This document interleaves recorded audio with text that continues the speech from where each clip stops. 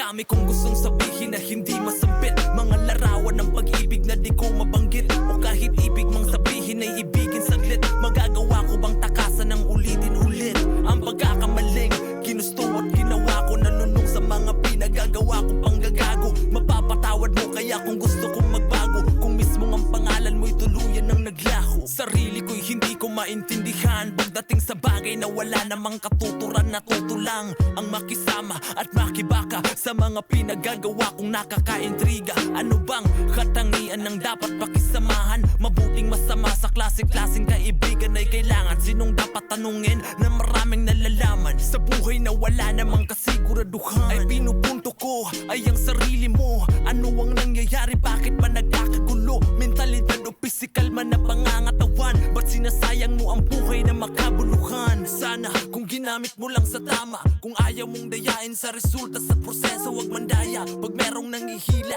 ay wag mong pansinin. Ang dapat mong gawin ay gawin lang ng gawin. Manatiling positibo, dapat laging may dating.